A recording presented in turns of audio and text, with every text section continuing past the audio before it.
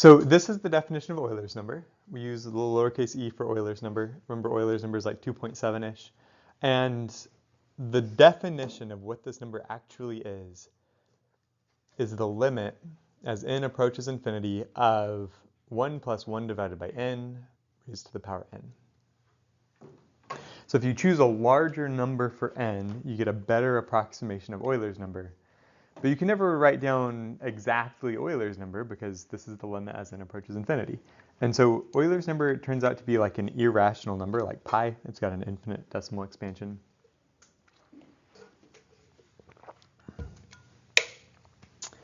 But one thing you should know is the word sequence. A sequence is just a function where the domain of the function is the positive integers and the range of the function is given by some formula like this. Like in this case, if n is equal to 1, I've got 1 plus 1 over 1 to the power 1, that's going to be 2. And 1 plus 1 over 2 is 3 halves raised to the power 2, that's going to be 9 fourths. And then 1 plus 1 over 3 raised to the power 3 is going to be 4 thirds raised to the third power. So that's going to be 64 over 27. And then like 1 plus 1 over 4 raised to the fourth power is like 2.4414-ish.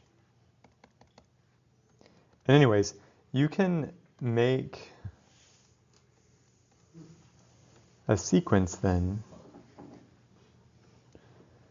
where every positive integer gets mapped to some real number according to that formula.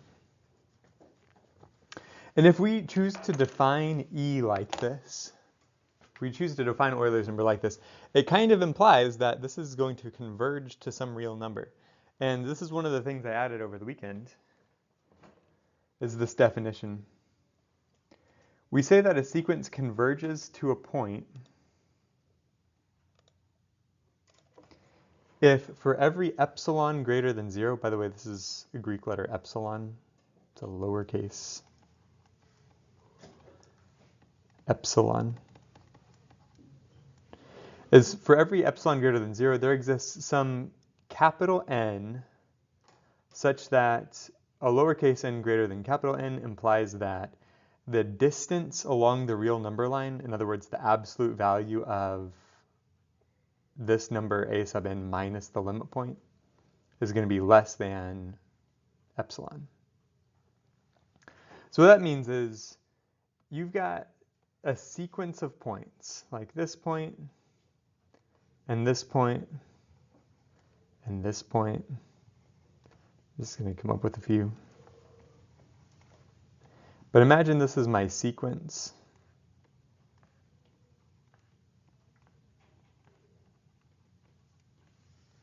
So here's like A1, A2, A3, A4, A5, A6, and so on. What we're trying to say is you choose epsilon.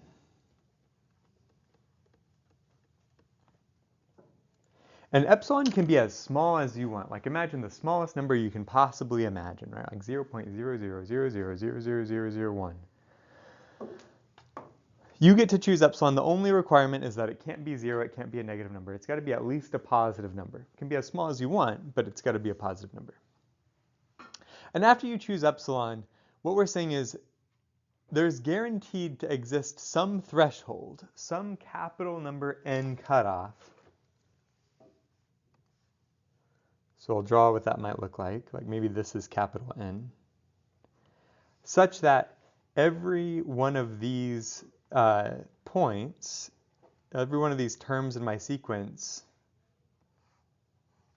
that is over here, in other words, where the term number is greater than this threshold, so all of these points, not including these, but including these on the right, they have a distance to the limit point that's less than epsilon.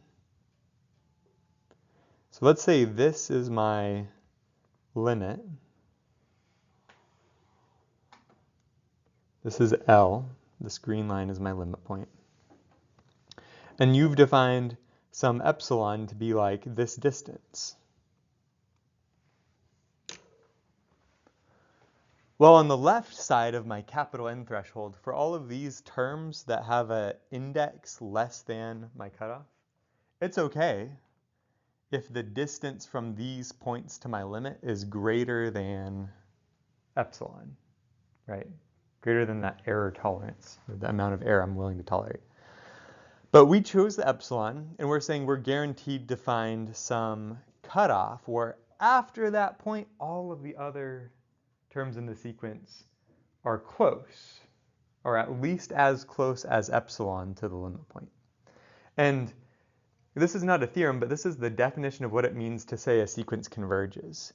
If this is true, if you can always choose any epsilon, no matter how small, and you always find that there's a point where all the other remaining terms are at least as close as epsilon to your limit, then your sequence converges. But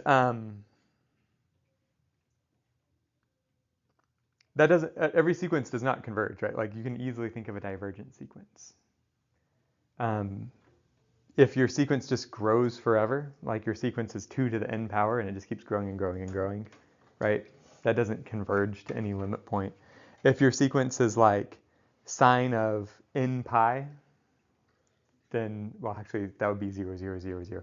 If your sequence was, let's say, cosine of n pi, then the sequence would be like 1, negative 1, 1, negative 1, 1, negative 1, 1, negative 1. So that would never converge to a point. Because you can't define a limit point and you can't choose some epsilon like epsilon equals 0.5 and you'll never, reach a point in your sequence where your remaining terms are always less than epsilon. So this is what it means to converge. But hopefully you've heard the word converge before, and so it kind of fits your intuitive definition of what it means for a sequence to converge. But that's the technical mathematical definition. Is right here. And so there's a lot of ways that the sequence might not converge. We want the sequence that we generate from the definition of Euler's number, we want this to converge to some real number, and we'll call that number Euler's number if it exists. But there's a lot of ways that it might not converge. Like maybe the sequence grows without bound to positive infinity. Or maybe the sequence enters some repeating cycle. Like eventually you get to a point where it's like 1, negative 1, 1, negative 1, 1, negative 1. Or maybe the sequence just chaotically bounces around between a bunch of different numbers and never enters a cycle and never grows to infinity, never converges. That's possible too. Another way that this could be disappointing is like, what if this sequence actually converges eventually to 1? For all we know, right? It could. And then Euler's number would just be the number 1, and that wouldn't be very fun. So, yeah, there's a lot of things I think that mathematicians back in the day had to prove. And to some extent, this is like a math history part of the class, where we're going back and saying, like, look, how did people actually construct calculus back in the 1600s, back in the 1700s? So one thing we did on Friday was partial fraction decomposition, and you take something like this, and I gave you a few other examples on your homework that you can practice. But the trick for partial fractions is you look at the factors in the denominator, and you split them up like so. I got the k factor in one fraction and the k minus 1 factor in another fraction. And then in the numerator, we say that a and b are constants. We don't know what they are yet, but they're constants. And so for every one of those homework problems, you can do it the same way. Just split the denominators up to where each factor will get its own fraction on the right-hand side of the equation. And then the numerators are just going to be constants for all those homework problems. And then do you remember what did we do? How did we eventually solve this? and then like AK minus 1. Yep. So we're going to multiply both sides by k and k minus 1. We're going to multiply everything by k and k minus 1. So on the left side, we just get 1. And on the right side, I get a times what? K minus 1. And then plus b times what? K.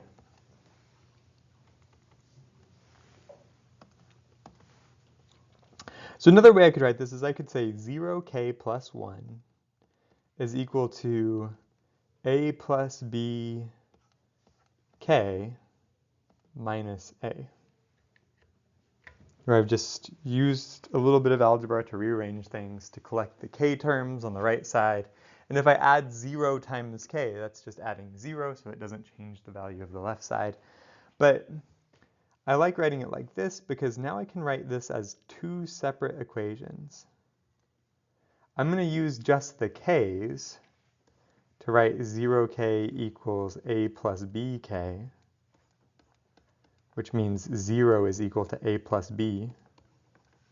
And then my next equation is just 1 equals negative a. Or in other words, a has to be equal to negative 1.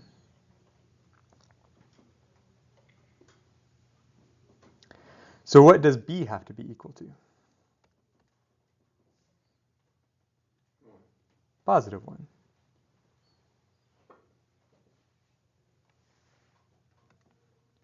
So my answer at the end to all of this is negative 1 over k plus 1 over k minus 1.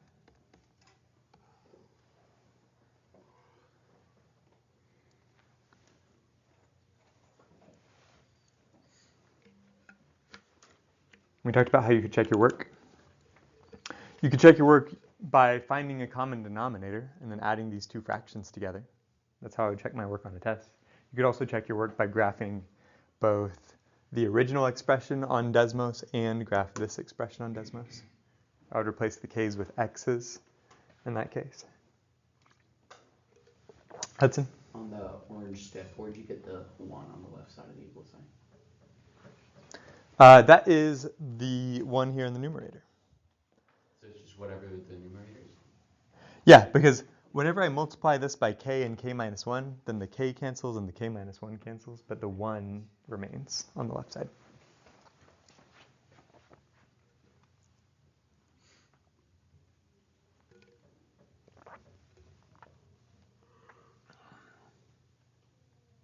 Okay, then we talked about telescoping sums.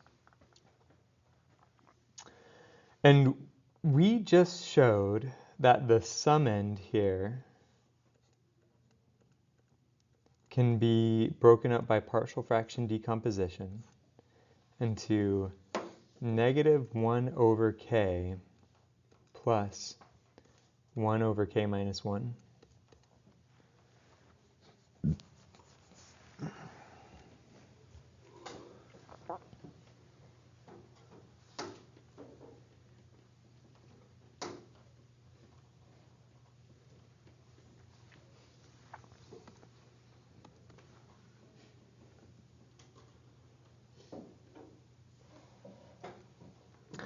So my index variable starts where k is equal to 2.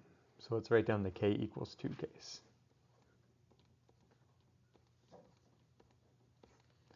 And then let's write down the k equals 3 case.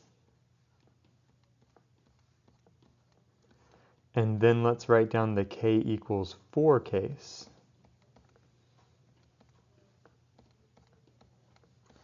And then let's write down the k equals 5 case.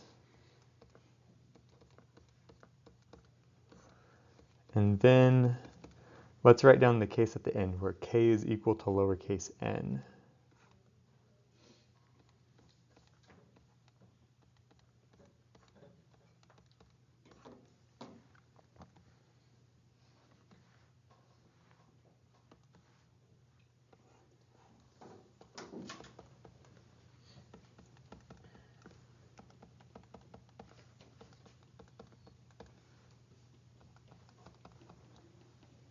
And there's obviously some terms here in the middle. In the ellipse, because I don't know how big n is going to be. It could be 10 or 20 or 30.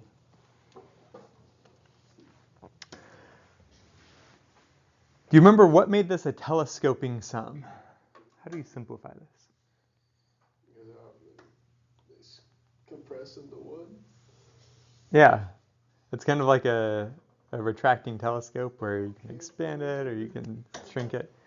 They all cancel each other. This negative half cancels with the positive half. The negative third cancels with the positive third. The negative fourth cancels with the positive fourth. It's not shown, but a negative 1/5 would cancel with a positive 1/5 in the next term.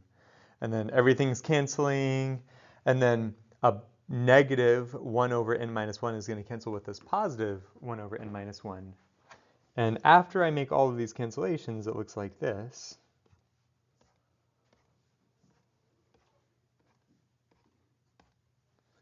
And all we're going to be left with in the end is 1 over 1 minus 1 over n. And so that's my answer for simplifying this telescoping sum.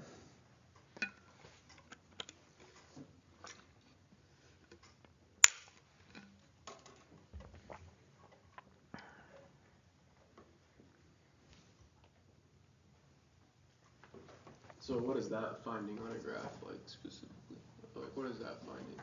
Like the other one we found how it gets smaller on the graph, the points on the graph, but what is this?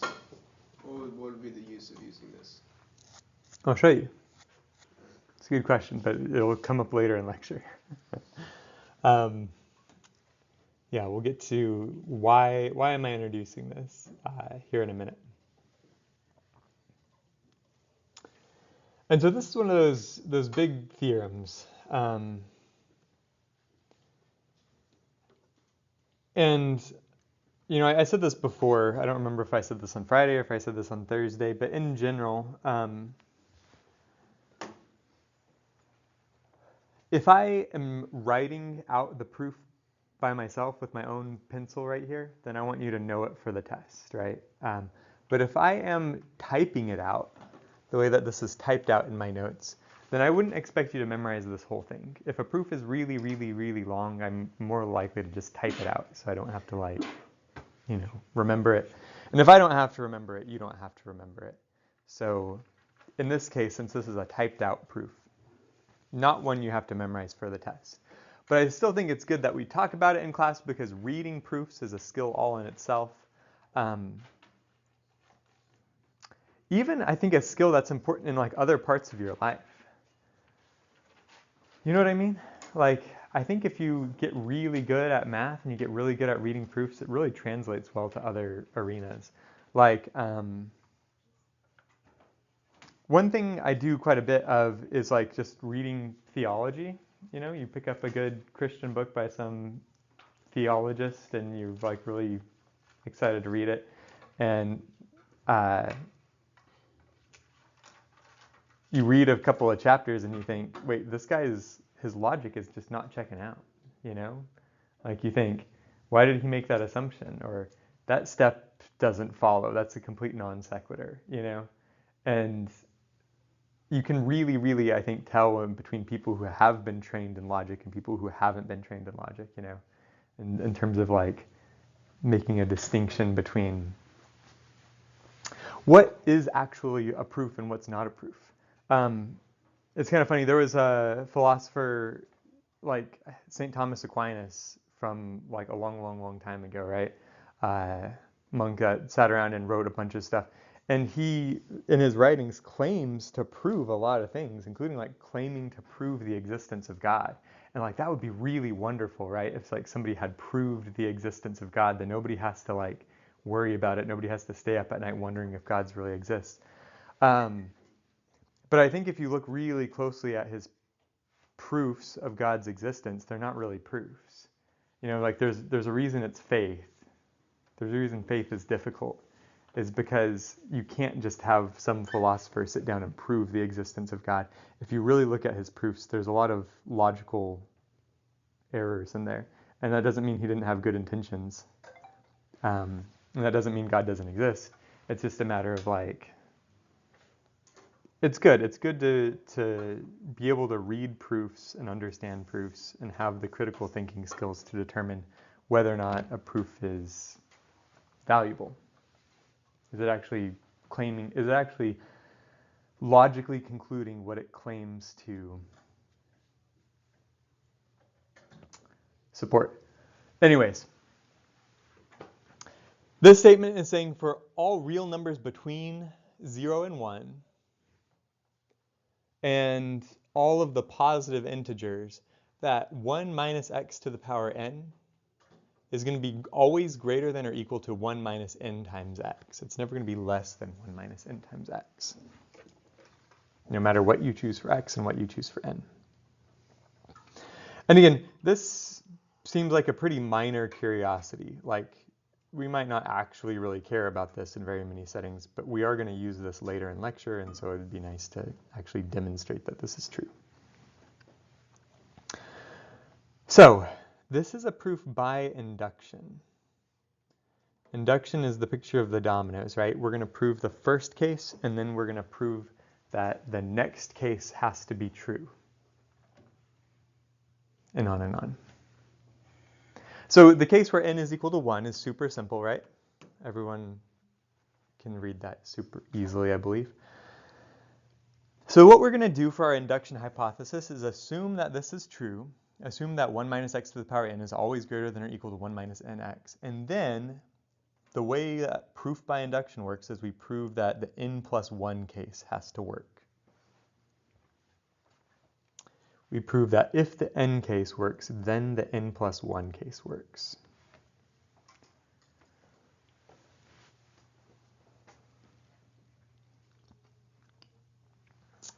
So, what happens in this first step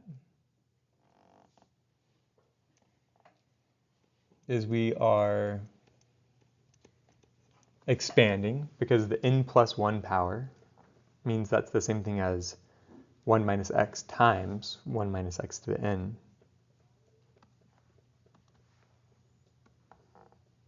What's happening in this orange step, Hudson?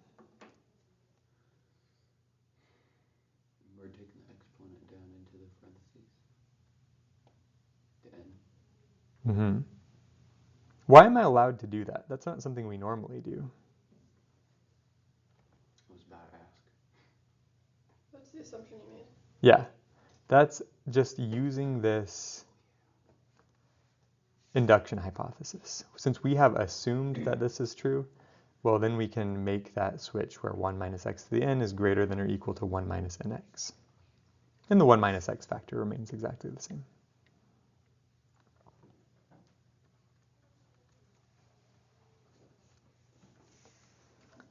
Okay.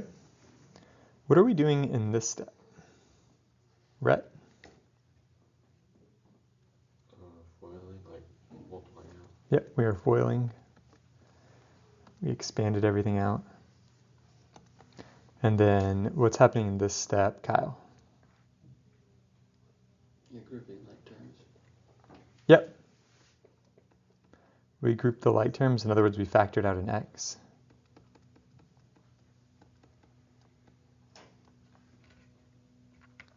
So way over here on the left side, we've got 1 minus x to the power n minus 1. There it is. Way over here on the right side, we have this.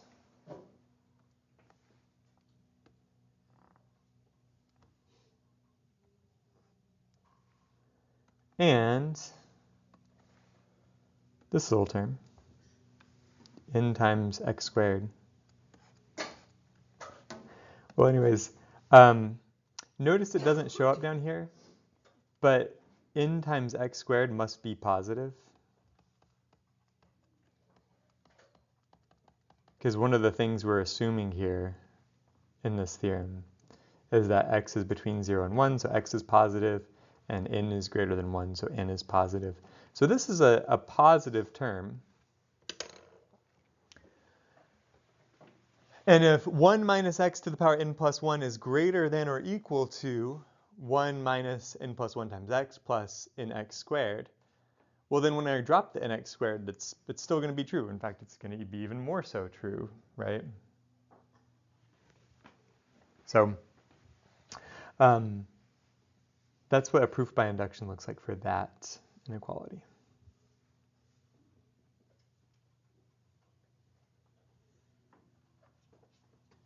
And remember, the way induction works is we assume it's true for the n case and then prove that if it's true for the n case, it must be true for the n plus 1 case.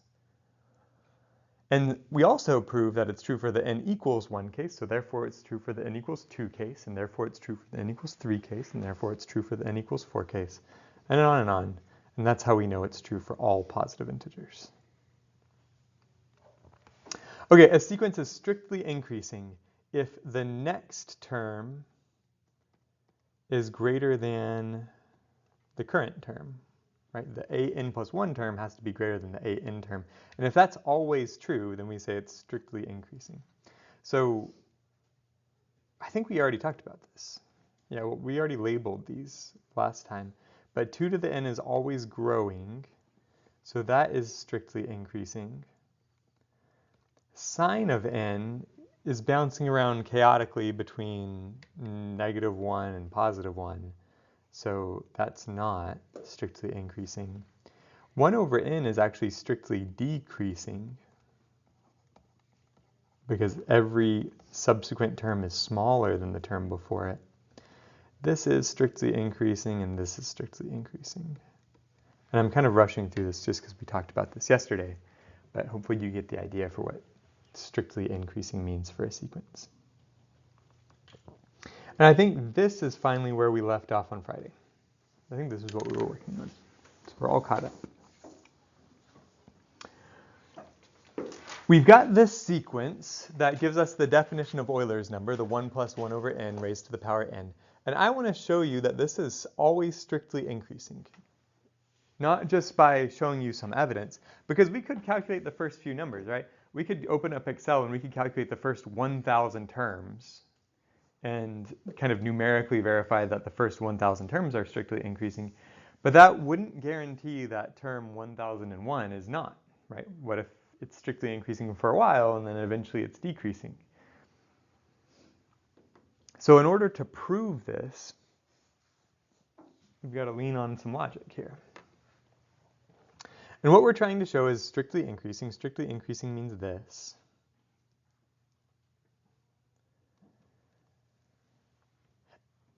In order to prove this, we're not going to directly prove this statement. But what we're going to do is we're going to try to rearrange this into an equivalent claim and then prove that equivalent claim.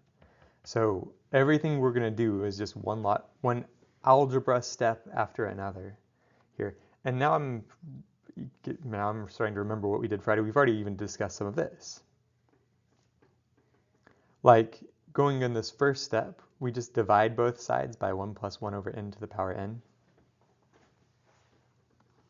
I remember discussing some of this. In this next step, what's happening in this step, Carter? In the orange.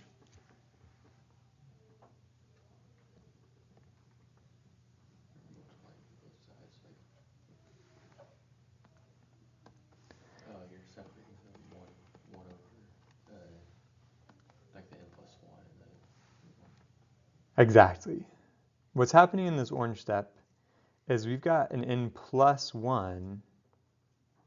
Well, if we take away the plus 1, we can get a separate factor of the same thing.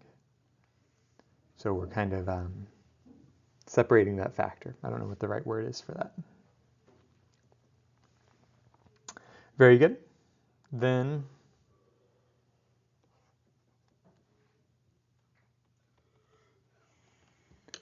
Kiana, do you remember what we did in this step in purple here? No. No? Okay, Leah? What's happening in purple?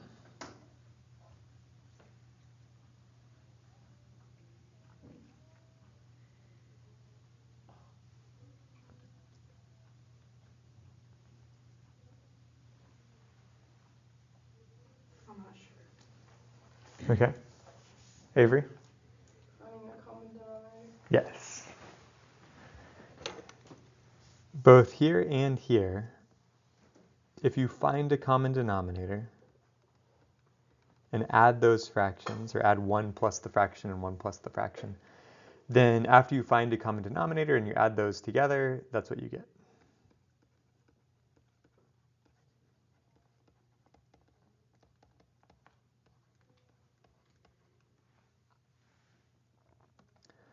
Okay.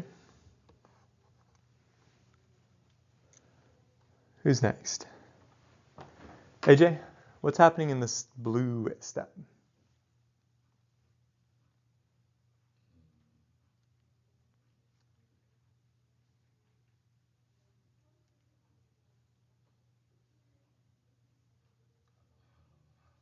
Okay. Ian, what's happening in the blue step right here? From that to that. Like combining that fraction and then like Combining in what way? you're multiplying or Yeah, I'm multiplying by the... common denominator or The word I'm looking for starts with an R. Reciprocal, right? If I'm dividing two fractions, like I'm dividing this fraction by that fraction, dividing is the same as multiplying by the reciprocal. So here, dividing means multiplying by the reciprocal. And that's what's happening here. That's how I get n squared plus 2n. That's because I'm multiplying the n times the n plus 2, and then n plus 1 squared.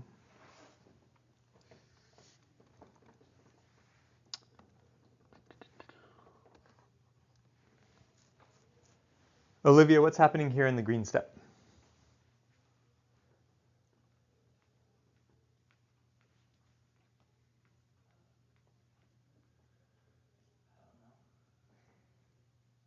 You got this. Take your time.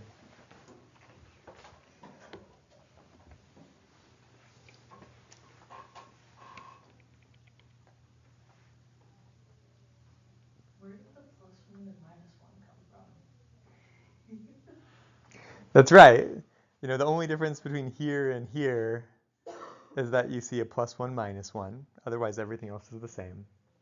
But I'm allowed to do that, right? If I want to, I can add 1 and subtract 1. Why not? Right? It stays the same. It's equal in value. So I could add and subtract a 1. Very good. I'm allowed to add 1 and subtract 1 because it stays balanced. And then we're right back around to Hudson. When you see this orange step, how am I going from this to this? Taking the +1 that you add and returning that whole polynomial into +1 squared. Yeah. This is a perfect square. And so the reason I did the +1 -1 is to complete the square. Now I've got n squared plus 2n plus 1, which factors as n plus 1 squared. So here we are factoring. And together, these two steps are called completing the square, which you probably learned in Algebra 2 in high school, but it's been a while, so you might have forgotten. But we're completing the square. So whenever we say, oh, I guess let me make one more step right here, because I did change a little bit of stuff. In this purple step, what's happening, Rhett?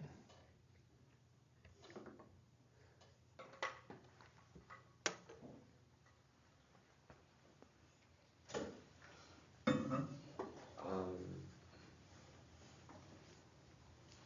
kind of see what you did, but I don't know how to word it. You have n plus 1 squared on top and bottom, so you... Yeah. I'm kind of splitting up this fraction where the minus sign is. And then n plus 1 squared divided by n plus 1 squared gives me a 1. And then minus 1 over n plus 1 squared is right there. Good. So we haven't proved anything yet. All we did is say that, look, we want to show the sequence is strictly increasing, which means that the next term is greater than the previous term. And here's what the next term looks like. Here's what the previous term looks like.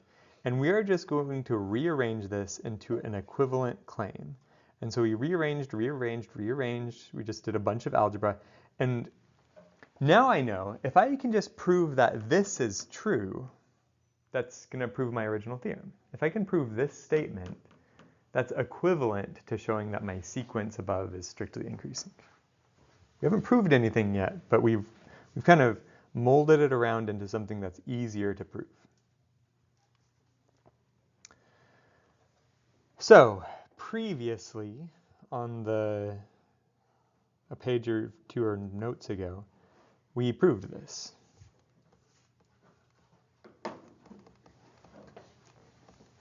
That 1 minus x to the power n is greater than or equal to 1 minus nx.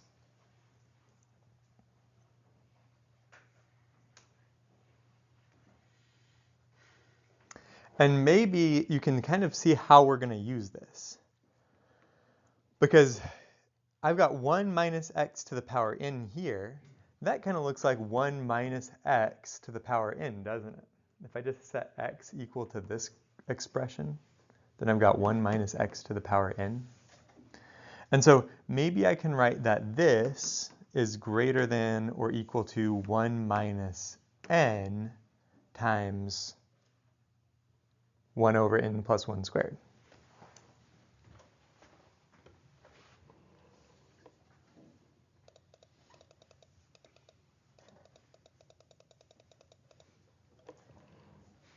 So that's exactly what we do.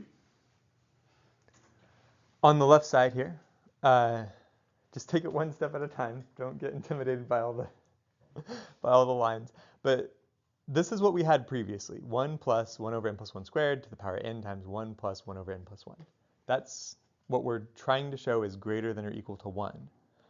Well, now, if I let x equal this 1 over n plus 1 squared, then I can use this fact to claim, and this is proved already, that this expression is greater than or equal to this expression. Because this is what it looks like to have 1 minus n times x when x is 1 over n plus 1 squared. Do you see the n times x part?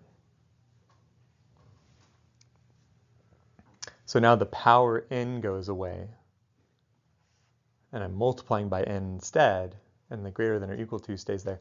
Of course, this factor is the same on both sides. But I'm just using this fact that we proved earlier to show this. And we know that has to be true. All right, so where do we leave off, Kyle? What's happening here in this step with the green arrow?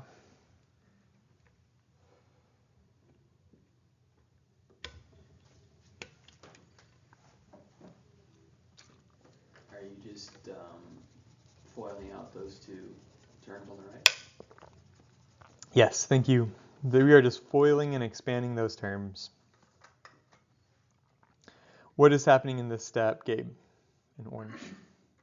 You're trying to get a common denominator? Yeah, we are finding a common denominator. Very good.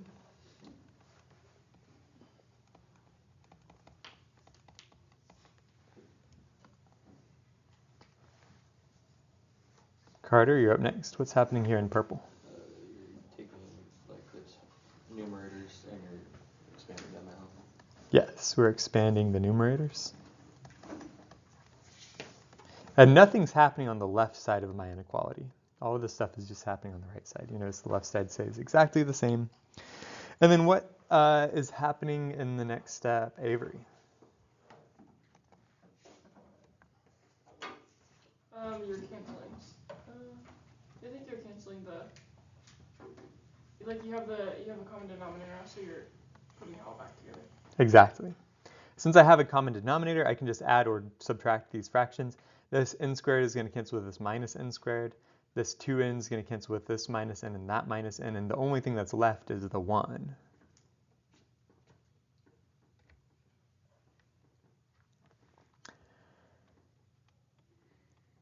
So,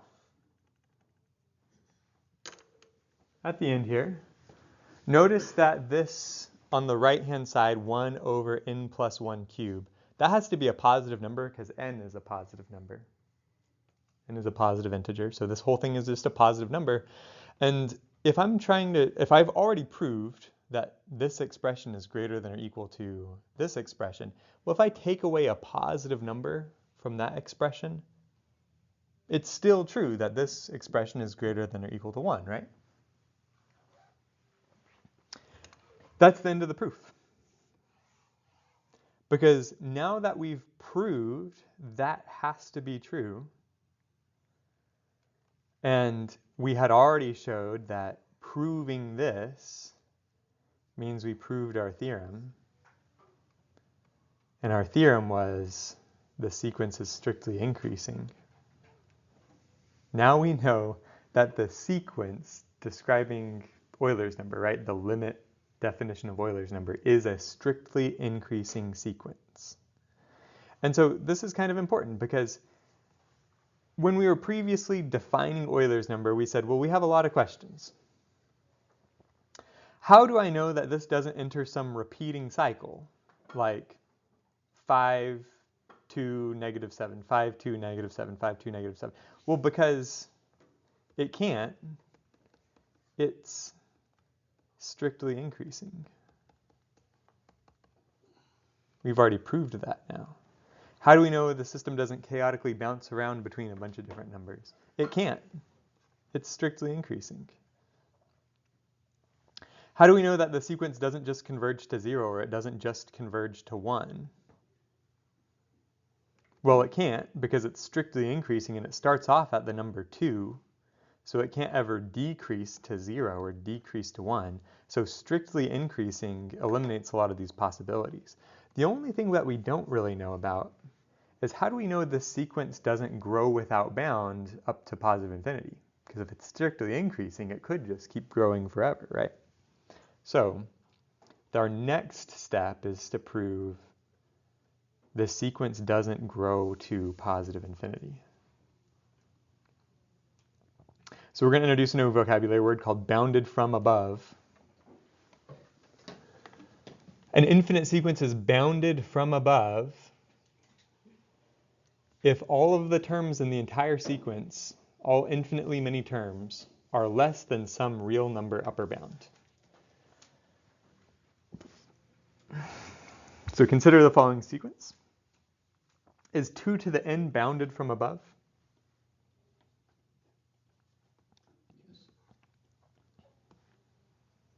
Are all of the terms 2 to the n less than some real number upper bound? No. This is not bounded. Because if you tell me an upper bound, like you say the upper bound is 5 million, that's fine. I can find a term in that 2 to the n sequence that's greater than 5 million. If you tell me an upper bound is 10 billion, okay, I can find a term in that sequence that's greater than 10 billion. You know what I mean? It grows without bound. What about the sequence sine of n? Is that bounded from above? Yes. Yes. In fact, an upper bound could be like 1.1 or 1.05. There's a lot of different upper bounds. Upper bounds aren't unique. Like the number 10 is an upper bound for the sine sequence. But I know that the sine sequence is always going to be between -1 and 1. If it's always between -1 and 1, an upper bound is just any real number greater than 1. What about this? Would it be bounded from below if it's strictly decreasing? So it doesn't have an upper bound. It has Yeah. an upper bound. If n is 1, 2, 3, 4, 5, and everything, this is bounded from above.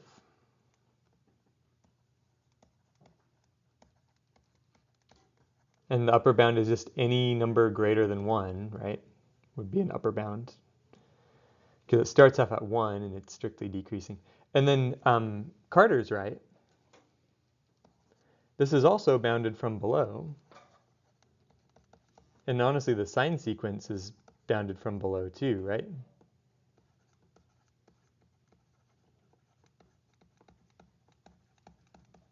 The sine sequence has a lower bound. Anything less than -1, and this 1 over n sequence has a lower bound. Anything less than 0. Okay, what about the natural log of n? How about that sequence? Is it bounded from above?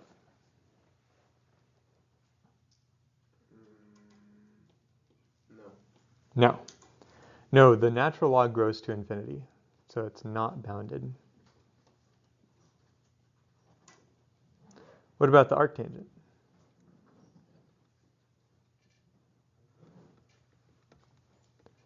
The upper bound for arctangent is anything greater than pi over 2.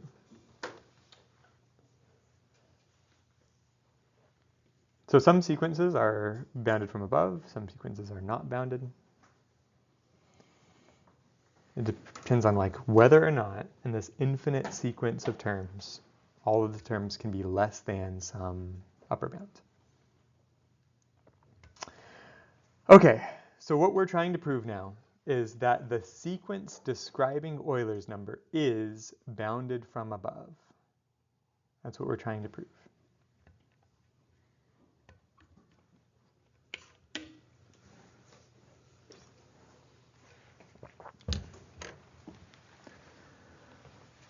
The first thing we're going to do is expand this expression using the binomial theorem, because the binomial theorem applies to like something plus something raised to the power n. In fact, I'm going to go ahead and write out what the binomial theorem says real quick so you can remember that this is something we proved on like Friday morning.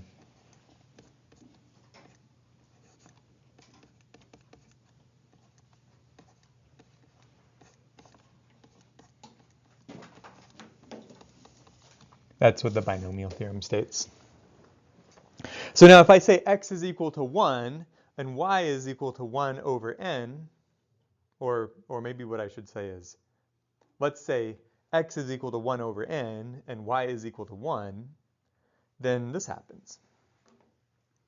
Replace the x with a 1 over n, and you get 1 over n to the k, and replace the y with a 1, and you get 1 to the power n minus k, but 1 raised to the power n minus k is just 1, and you don't have to bother writing down that I'm going to multiply by 1, so I don't have to write that here.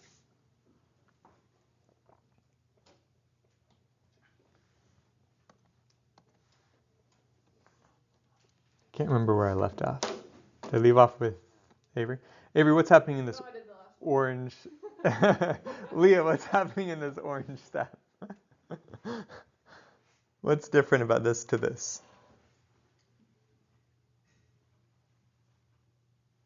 The k value is changing to 2 from 0. And then we have the 2 ones in front. Yes. Both true. So when k is equal to 0, that term looks like n choose 0, and there's only one way to choose 0 elements from a set, so that's going to be the number 1. And then I've got some number raised to the power 0. Well, anything raised to the power 0 is also the number 1. So for the k equals 0 term, I've got 1 times 1, and that becomes a 1. When k is equal to the number 1, then I have n choose 1. I'm going to write this down because I think it's important to see. N choose 0 times 1 over n to the power 0 is 1 times 1, which is 1. When k is equal to 1, then the term here would be n choose 1 times 1 over n to the power 1. What is n choose 1? How many ways can you choose 1 element from a set of n? N. There's n different choices to choose 1 out of n. And so we're going to write n times 1 divided by n, which is also 1. So here's the k equals 0 term, and then here's the k equals 1 term, and then my big sigma notation starts off again with the k equals 2 term. So these are equivalent. I'm just taking the first two terms out because they're equal to 1.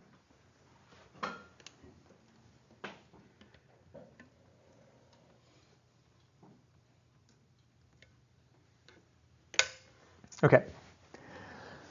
So where you see the term n choose k times 1 over n to the power k, this is what the definition of n choose k is, right? It's n factorial divided by k factorial divided by n minus k factorial. So I've expanded out using the definition of the binomial coefficient.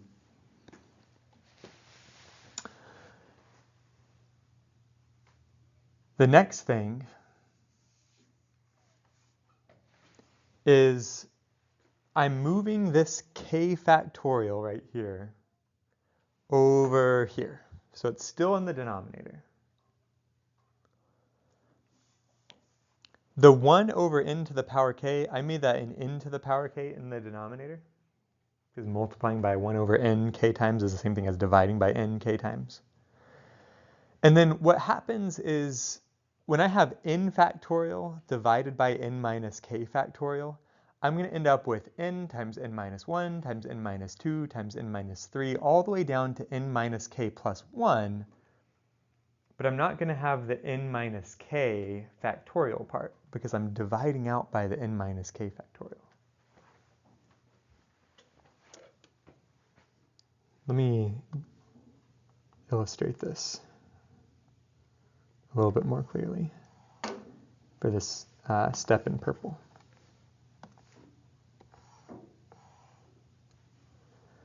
So what I want to show you is that n factorial divided by n minus k factorial is like n times n minus 1 times n minus 2 times n minus 3 times n minus 4 times n minus 5 times n minus 6 times, eventually I get down to n minus k plus 1 times n minus k factorial.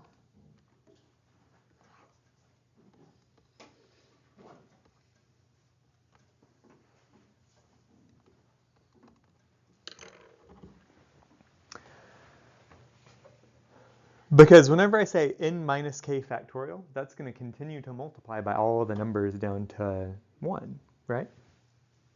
And n factorial is just when you start from n and you multiply from n all the way down to 1. And so all I'm trying to show you is that this n minus k factorial will cancel with that n minus k factorial. And this is how we end up with this expression here in the numerator.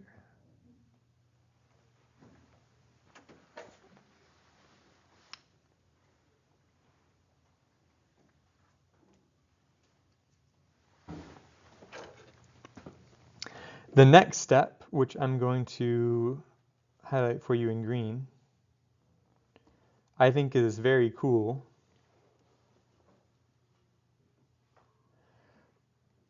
But you got to understand what's happening here in the numerator.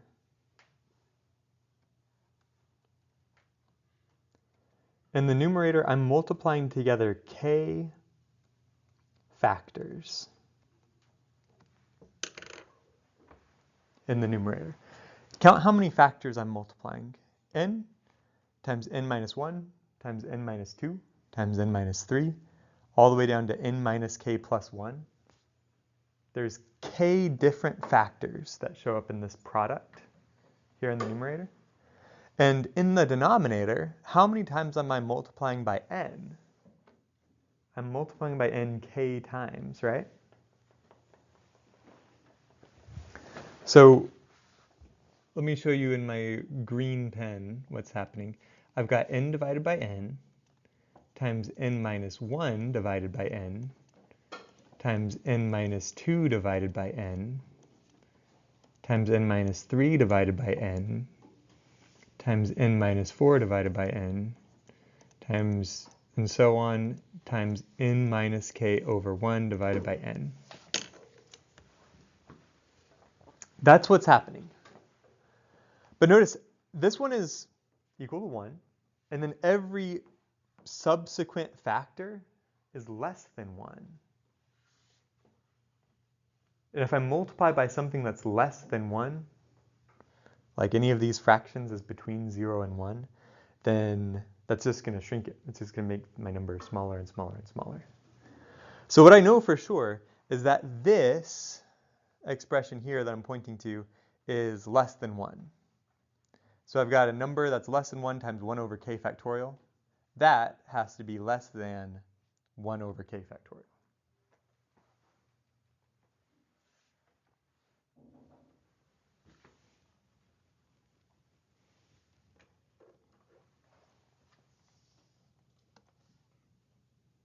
There's a lot here in one line, and maybe next year I'll expand it out into multiple lines here because it's kind of busy what's going on. Now we're focusing on the orange part that I just boxed in.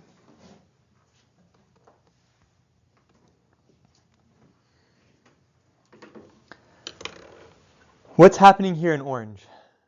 K factorial is the same thing as k times k minus 1 times k minus 2 times k minus 3, and so on. Well, that would have to be less than 1 over k times k minus 1, right? Because I'm just leaving out a bunch of factors in the denominator, and factors in the denominator would make my number smaller, and so the smaller number is less than or equal to the bigger number. And then, do you see what's happening right here? We did it earlier today.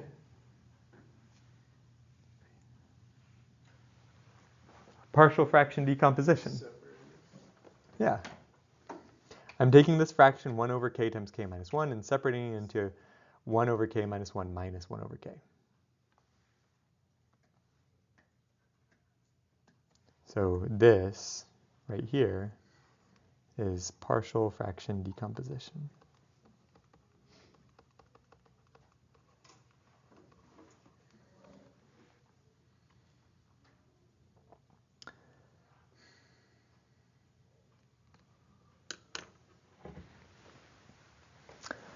So putting it all together, what we have is my fancy sequence that defines my Euler's number E. And that's less than 2, because of the first two terms, 1 plus 1 plus, right? And then we start my big sigma notation at k equals 2, because the k equals 0 term was 1, the k equals 1 term was 1. Then we just showed that this expression, 1 over k minus 1 minus 1 over k, is greater than the n choose k times 1 over k to the power n that we got from the binomial theorem, right? So that's why there's a less than sign here, is because this is greater than all of that. Well, how did I go from this to this? I'm going to underline that in purple. How do I go from here to here?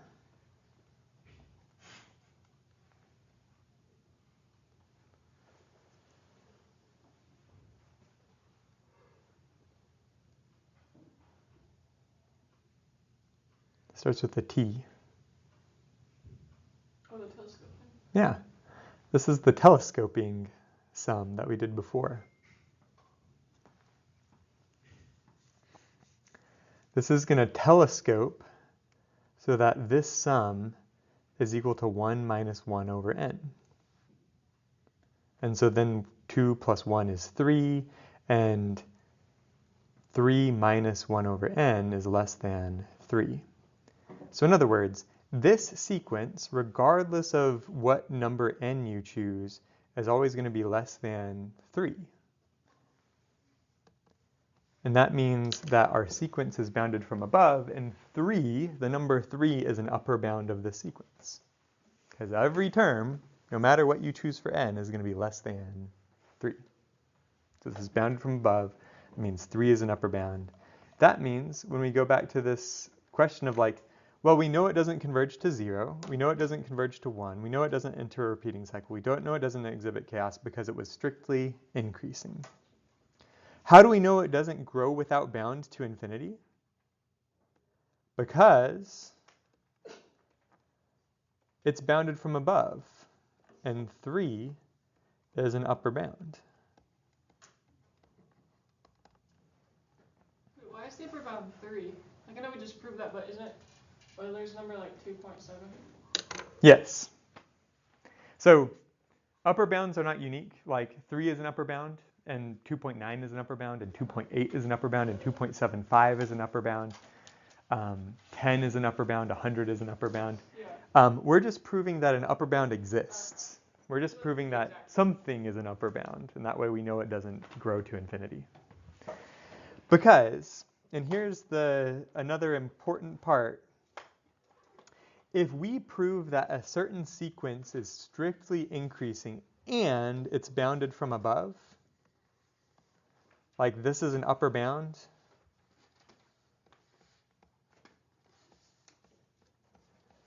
and my sequence of terms is strictly increasing, I can't ever be constant, I can't ever decrease. Well, what happens?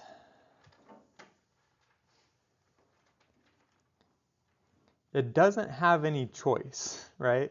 It has to converge.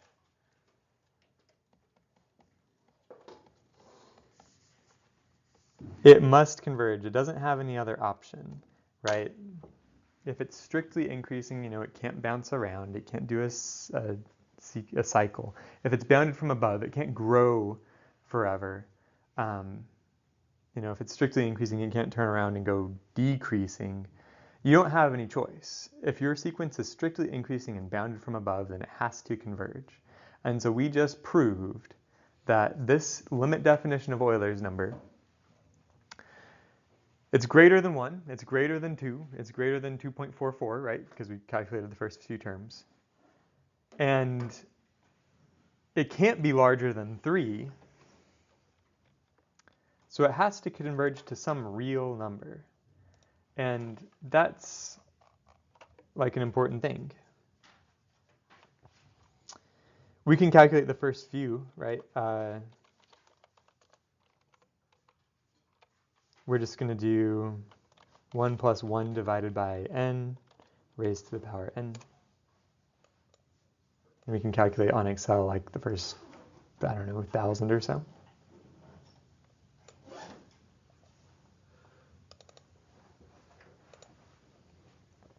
And this is actually not a very good approximation, because Euler's number is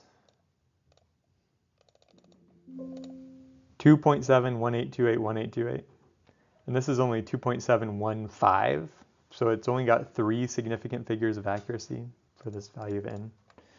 You could choose n equals 1,000, n equals 10,000, see how much accuracy you get by comparing it against exp of 1.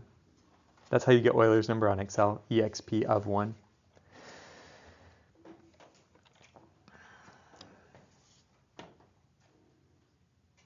So, a little bit of trivia for you.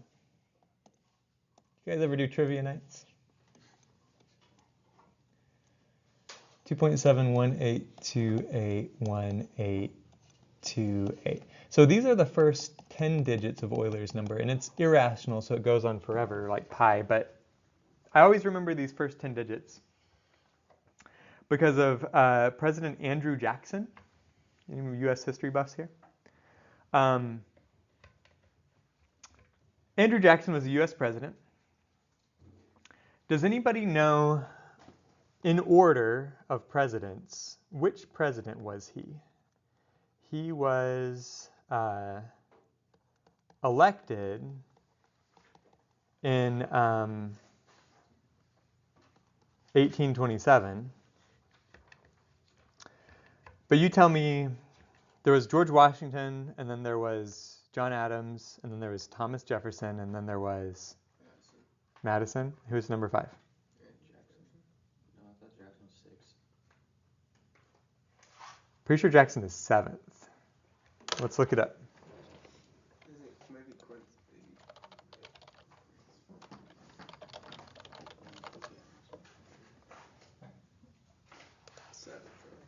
What's this?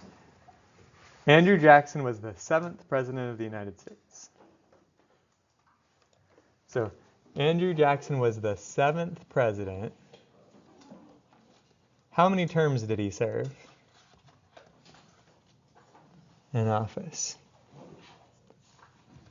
Well, he was in office from 1829 through 1837. So he served 2 terms, and I was wrong. If he was in office from 1829, that means he would have been elected the previous year in 1828. So